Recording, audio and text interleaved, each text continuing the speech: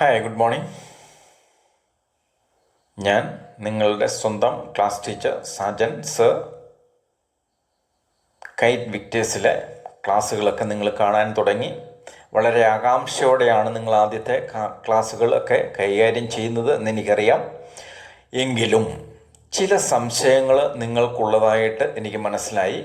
അപ്പോൾ അതിന് ഒരു സൊല്യൂഷൻ എന്ന രീതിയിലാണ് ഈ സെഷൻ ഞാൻ കൈകാര്യം ചെയ്യുന്നത്. സംശയം മറ്റൊന്നുമല്ല. കഴിഞ്ഞ ദിവസം ഒരു കുട്ടി സ്കൂളിൽ വന്നപ്പോൾ, സർട്ടിഫിക്കറ്റ് തരുന്നതിന് വേണ്ടി വന്നപ്പോൾ ഞാൻ ചോദിച്ചു, നമ്മുടെ ക്ലാസ്സുകളൊക്കെ കണ്ടോ എന്ന്. അപ്പോൾ കണ്ടു എന്ന് പറഞ്ഞു. അപ്പോൾ ഏതൊക്കെ ക്ലാസ്സുകൾ കണ്ടു എന്ന് പറഞ്ഞ് ചോദിച്ചപ്പോൾ ഇംഗ്ലീഷും മാത്തമാറ്റിക്സും കണ്ടു എന്ന് പറഞ്ഞു. ഇംഗ്ലീഷും മാത്തമാറ്റിക്സും. രണ്ടാമത്തെ ഒരു സംശയം എന്ന് പറയുന്നത്, ഇതേപോലെ തന്നെ നമ്മുടെ ഗ്രൂപ്പിൽ ഒരു സിലബസ് ഇട്ടപ്പോൾ, അതായത് നാളത്തെ ക്ലാസ്സിൻ്റെ ടൈം ടേബിൾ ഏതാണെന്ന് ഇട്ട് കഴിഞ്ഞപ്പോൾ ഒരു കുട്ടി അതിലൂടെ ചോദിച്ചു, ഇത് സയൻസിൻ്റെ സിലബസ് അല്ലേ, കൊമേഴ്സിൻ്റെ സിലബസ് ഏതാണ്, അല്ലെങ്കിൽ കൊമേഴ്സിൻ്റെ ടൈം ടേബിൾ ഏതാണ്? അപ്പോൾ ഈ രണ്ട് സംശയങ്ങളാണ് ഞാൻ ആദ്യം പറയുന്നത്. അപ്പോൾ ഈ പ്രശ്നം എന്ന് പറയുന്നത് നിങ്ങളെ കുറ്റം പറയുകയല്ല. നമ്മൾ 1-ാം ക്ലാസ്സിൽ പഠിക്കുമ്പോൾ എല്ലാവരും ഒരേ സബ്ജക്റ്റുകൾ പഠിക്കുന്നു. 5-ാം ക്ലാസ്സിൽ പഠിക്കുമ്പോൾ ഒരേ സബ്ജക്റ്റുകൾ പഠിക്കുന്നു. 8-ൽ പഠിക്കുമ്പോഴും ഇതുപോലെ തന്നെ 9, 10 എല്ലാം ഒരേ സ്ട്രീമിലാണ് നമ്മൾ വരുന്നത്.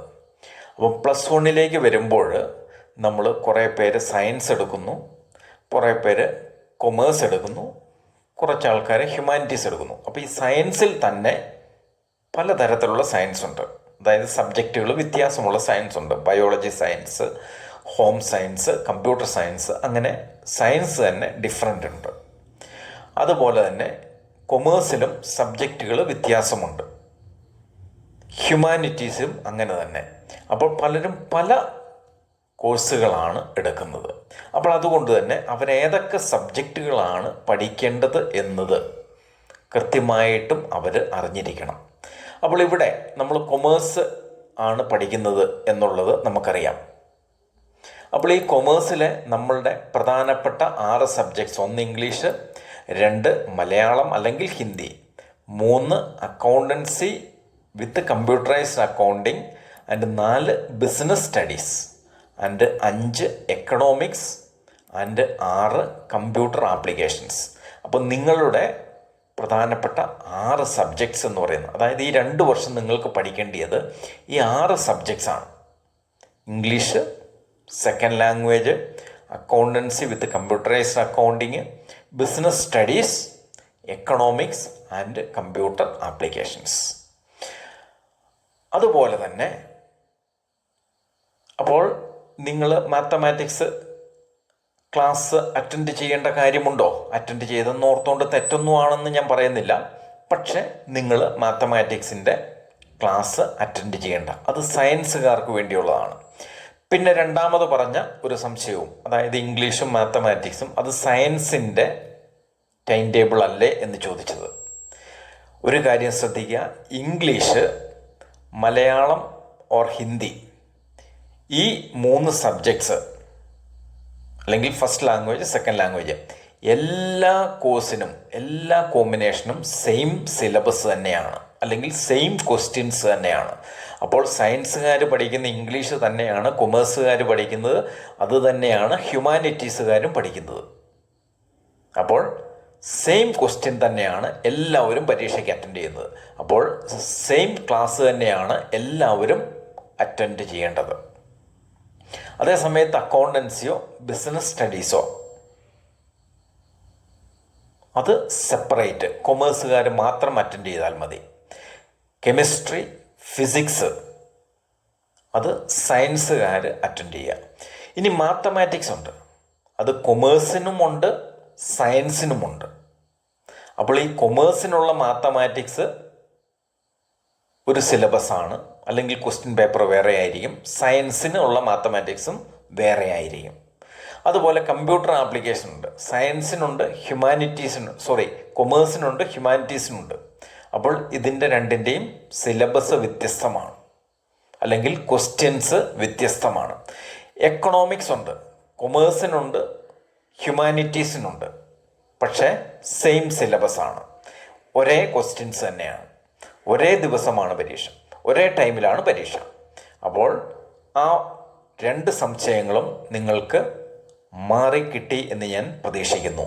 നിങ്ങൾ പഠിക്കേണ്ട subjects English second language, accountancy, business studies, economics and computer applications. പിന്നെ പലരും എന്നോട് ചോദിക്കാറുണ്ട്, എത്ര ബുക്കുകൾ വേണം, അതിൻ്റെ അകത്ത് വരയിട്ട ബുക്കുകൾ എത്ര വേണം, വരയിടാത്ത ബുക്കുകൾ എത്ര വേണം എന്നുള്ളത്. അപ്പം നമ്മളെ സംബന്ധിച്ചിടത്തോളം ഇവിടെ നമുക്ക് 6 സബ്ജക്ട്സ് ആണുള്ളത്. അപ്പോൾ നിങ്ങൾക്ക് എഴുതാൻ ഏറ്റവും സുഖകരമായിട്ടുള്ളത് ലൈൻഡ് ബുക്കാണോ, അതായത് അൺറൂൾഡ് ബുക്കാണോ എന്നുള്ളത് നിങ്ങൾ തന്നെ ചിന്തിക്കുക. എന്നിട്ട് ഓരോ സബ്ജക്റ്റിനും കറസ്പോണ്ടിങ് ആയിട്ട് ഓരോ നോട്ട്ബുക്ക് വീതം നിങ്ങൾ വാങ്ങിക്കുക. അതല്ലാതെ ഇന്ന സബ്ജക്റ്റിന് ഇന്ന ബുക്ക് എന്ന് നിർബന്ധം ഇല്ല. കാരണം അക്കൗണ്ടൻസിക്കകത്ത് കുറച്ച് കണക്കുകളൊക്കെ വരുന്നത് കൊണ്ട് അഭികാമ്യം അൺറൂൾഡ് ബുക്കായിരിക്കും. പിന്നെ എല്ലാവരും പ്രിഫർ ചെയ്യുന്നത് കൂടുതലും ഇനി അങ്ങോട്ട് നമ്മൾ പരീക്ഷയ്ക്കൊക്കെ ആണെങ്കിലും എഴുതുന്നത് അൺറൂൾഡ് ആയിട്ടുള്ള പേപ്പറിലായിരിക്കും. അപ്പോൾ അതുകൊണ്ട് തന്നെ നിങ്ങൾക്ക് ഏതാണ് നിങ്ങളുടെ ചോയ്സ് അനുസരിച്ച് നിങ്ങൾ ഒരു 6 നോട്ട്ബുക്ക് മേടിക്കുക.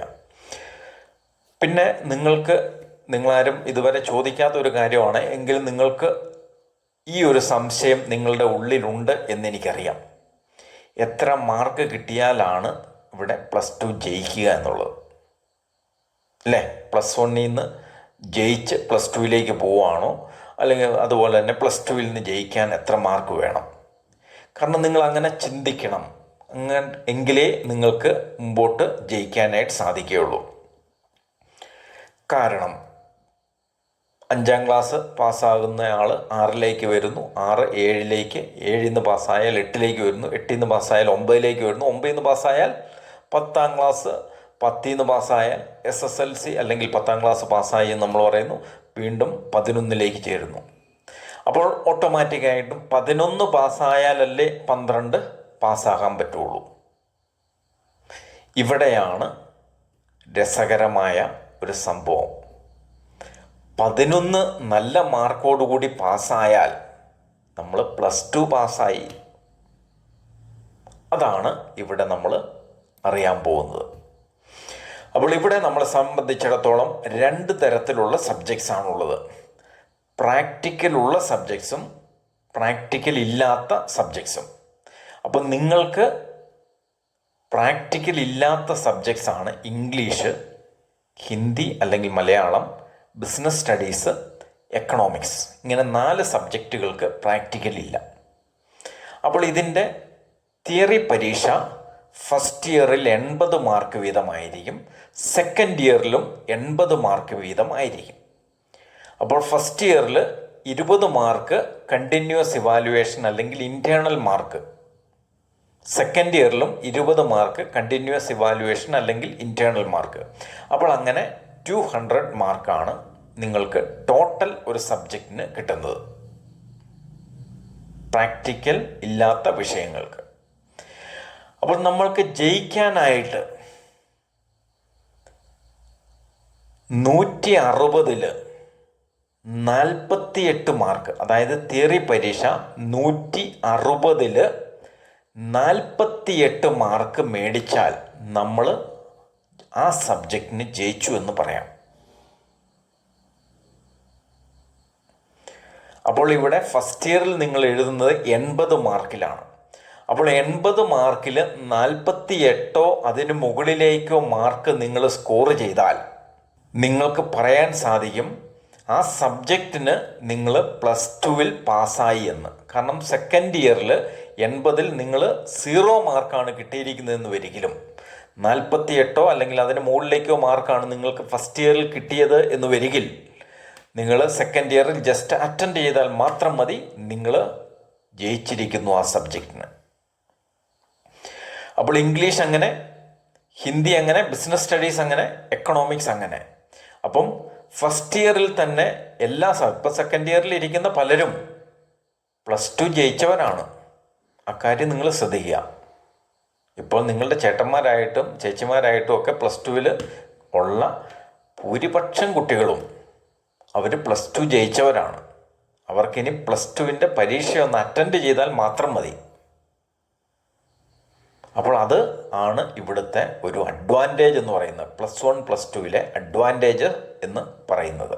അപ്പോൾ ഇനി പ്രാക്ടിക്കൽ ഉള്ള സബ്ജക്റ്റുകളെ എങ്ങനെയാണെന്ന് നോക്കാം. പ്രാക്ടിക്കൽ ഉള്ള സബ്ജക്റ്റിന് 80 പകരം ഫസ്റ്റ് ഇയറിൽ 60 മാർക്കാണ് തിയറി പരീക്ഷ. അതുപോലെ സെക്കൻഡ് ഇയറിലും 60 മാർക്കിലാണ് തിയറി പരീക്ഷ. അപ്പോൾ 120 വെറും 36 മാർക്ക്, 120 36 മാർക്ക് നിങ്ങൾ മേടിച്ചാൽ നിങ്ങൾ പ്രാക്ടിക്കലുള്ള സബ്ജക്റ്റിന്, അതായത് അക്കൗണ്ടൻസിയും കമ്പ്യൂട്ടർ ആപ്ലിക്കേഷനും നിങ്ങൾ ജയിച്ചു എന്നുള്ളതാണ്. എന്ന് പറഞ്ഞാൽ ഫസ്റ്റ് ഇയറിൽ 60 36 അതിന് മുകളിലേക്കോ മാർക്ക് മേടിച്ചാൽ നിങ്ങൾ ആ സബ്ജക്റ്റിനും ജയിച്ചു എന്നുള്ളതാണ്. 60 60 മേടിച്ചിരിക്കുന്ന കുട്ടികൾ നിങ്ങളുടെ സീനിയേഴ്സ് ഉണ്ട്. 50 മുകളിലേക്ക് 60 50 മുകളിലേക്ക് മേടിച്ചാൽ നിങ്ങൾക്ക് A+ ഒരു ചാൻസ് ഉണ്ട്. 80 70 മേടിച്ചാൽ നിങ്ങൾക്ക് A+ ചാൻസ് ഉണ്ട്. അപ്പോൾ വളരെ അത്ഭുതകരമായിരിക്കുന്നു അല്ലേ? ഇപ്പം +1 പരീക്ഷയുടെ റിസൾട്ട് വന്നു എന്നുള്ളത് നിങ്ങൾക്കറിയാം. അപ്പോൾ നമുക്കറിയാം +1 പഠിക്കുന്ന, അതായത് ഇപ്പോൾ +2 പഠിക്കുന്ന പല കുട്ടികളും, ഭൂരിഭാഗം കുട്ടികളും +2 ജയിച്ചിരിക്കുകയാണ്. അപ്പോൾ അതുപോലെ നിങ്ങളും ആദ്യമേ നിങ്ങളുടെ ലക്ഷ്യവും എന്തായിരിക്കണം? ഫസ്റ്റ് ഇയറിൽ തന്നെ +2 ജയിക്കാനുള്ള മാർക്ക് സ്കോർ ചെയ്യുക എന്നുള്ളതാണ്. അപ്പോൾ അങ്ങനെ മാർക്ക് നമുക്ക് കിട്ടണം എന്ന് വരികിൽ തീർച്ചയായിട്ടും എന്താണ്, നമ്മളുടെ ഈ 6 സബ്ജക്റ്റുകളെ നമ്മൾ ഇഷ്ടപ്പെടണം. ഈ 6 സബ്ജക്റ്റുകളെ നമ്മൾ സ്നേഹിക്കണം. അങ്ങനെ സ്നേഹിക്കുകയാണെങ്കിൽ നമ്മൾക്ക് ഈസി ആയിട്ട് മാർക്ക് മേടിക്കാൻ സാധിക്കും. അതായത് എനിക്കറിയാം പലരും ഇഷ്ടപ്പെട്ട് കൊമേഴ്സ് എടുത്ത് വന്നവരുണ്ട്. എന്നാൽ ചിലർ മറ്റ് കോമ്പിനേഷൻ കിട്ടാതെ കൊമേഴ്സ് എടുക്കേണ്ടതായിട്ട് നിർബന്ധിച്ച് കൊമേഴ്സിലേക്ക് വന്നവരുണ്ട്. എന്നാൽ ഒരു കാര്യം നിങ്ങൾ ശ്രദ്ധിക്കുക, ഇവിടെ നിന്നും ഈ കോഴ്സ് കംപ്ലീറ്റ് ചെയ്ത് പോകുന്നവരാരും ഞാൻ എടുത്ത ഈ കോഴ്സ് മോശമായി പോയി എന്ന് പറയാറില്ല. കാരണം നിങ്ങൾക്ക് ഇപ്പോൾ എത്ര % മാർക്ക് കിട്ടി, അതിനെ കഴിഞ്ഞും കൂടുതൽ മാർക്ക് നിങ്ങൾക്ക് +2 നിന്ന് സ്കോർ ചെയ്ത് പോകാനായിട്ട് സാധിക്കും. ഈ കൊമേഴ്സ് ബാച്ചിൻ്റെ ഒരു പ്രത്യേകതയാണത്. കാരണം നിങ്ങൾക്കറിയാം ഫുൾ A+ മേടിച്ച ഒരുപാട് കുട്ടികൾ സയൻസ് ഗ്രൂപ്പിൽ വന്ന് ചേരുന്നുണ്ട്. ഇവിടെ നിന്നും ഒരു 36 അല്ലെങ്കിൽ 40 പേരോളം അല്ലെങ്കിൽ 50 പേരോളം ഫുൾ A+കാർ ഇപ്പോൾ സയൻസിലുണ്ട്. പക്ഷേ ഇവരിവിടെ നിന്നും +2 കഴിഞ്ഞ് പോകുമ്പോൾ സയൻസിൽ നിന്നും ഒരു 10 പേര് അല്ലെങ്കിൽ ഒരു 15 പേര്, അതിൽ കൂടുതൽ ഫുൾ A+കാർ ഉണ്ടായിരിക്കുകയില്ല. അതേസമയത്ത് കൊമേഴ്സിൽ ഫുൾ A+കാർ വന്ന് ചേരുന്നത് കുറവാണ്. 9 A+കാർ, 8 A+കാർ, 7 A+കാർ, 6 A+കാർ, ഇവരൊക്കെ കൊമേഴ്സിൽ നിന്ന് പാസ് ഔട്ടായി പോകുമ്പോൾ പലപ്പോഴും ഫുൾ A+ മേടിച്ചിട്ടാണ് പോകുന്നത്. കാരണം ഫുൾ A+ മേടിക്കാതെ കൊമേഴ്സിൽ ജോയിൻ ചെയ്തിട്ട് പലരും ഫുൾ A+ മേടിച്ച് ഇവിടെ നിന്നും പാസ് ഔട്ടായി പോകുന്നു. അതുകൊണ്ട് തന്നെ നിങ്ങൾക്ക് നന്നായിട്ട് പഠിക്കാൻ സാധിക്കട്ടെ. ഫസ്റ്റ് ഇയറിൽ തന്നെ +2 ജയിക്കാനുള്ള മാർക്ക് കിട്ടട്ടെ എന്ന് ആശംസിക്കുന്നു. All the best. Good luck.